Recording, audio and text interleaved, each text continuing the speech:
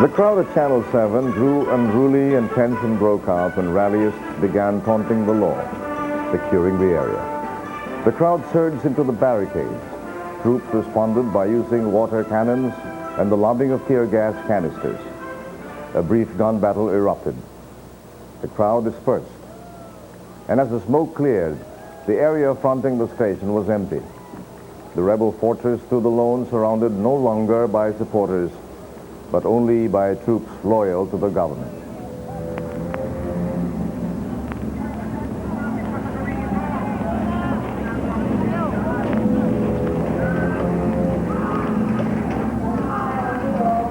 Late Tuesday evening, Armed Forces Chief General Fidel Ramos announced on television that the country was stable, and he recounted the events of the dawn attack by rebel forces and how the military dealt with the situation.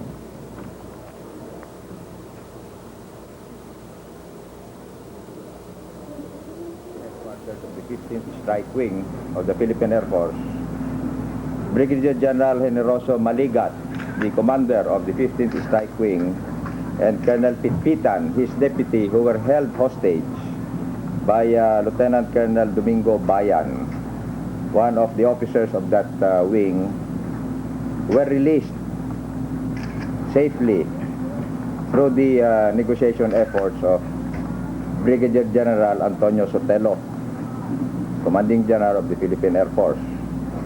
General Sotelo has reported that these two named officers are now back in headquarters Philippine Air Force at Villamor Air Base in Pasay.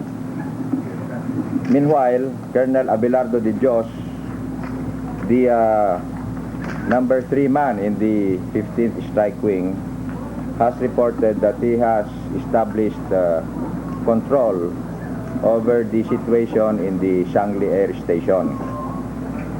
And he is being assisted by Brigadier General Gerardo Protasio, the Philippine Air Force Chief of Staff. In regard to the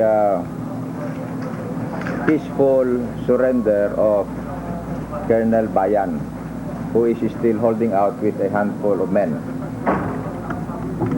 On the Navy side of Shangli, which is the big Cavite Naval Base, Commodore Tagumpay Hardiniano, the flag officer in command of the Philippine Navy, has been able to cordon off the Shangli Air Station so that there would be no air operations from that airfield.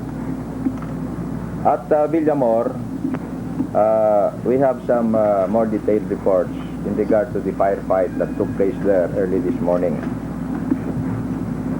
5 officers and some 69 soldiers led by Colonel Bertulio de la Cruz, a staff officer in the Philippine Air Force, have been accounted for. Colonel de la Cruz himself, the leader of that group, is now in the stockade in the Philippine Air Force. And because of the instant and accurate action by the base commander of the Villamor Air Base, supported by other units of the base, they were able to establish control very quickly. The rebel military group had 1 man killed in the person of PFC Daniel Cubag and suffered 16 wounded, consisting of 4 officers, 10 enlisted men, and 2 civilians, all of whom are now being treated at the Villamor Air Base Station Hospital. And some 52 who were either captured or who surrendered are now in the Air Force stockade.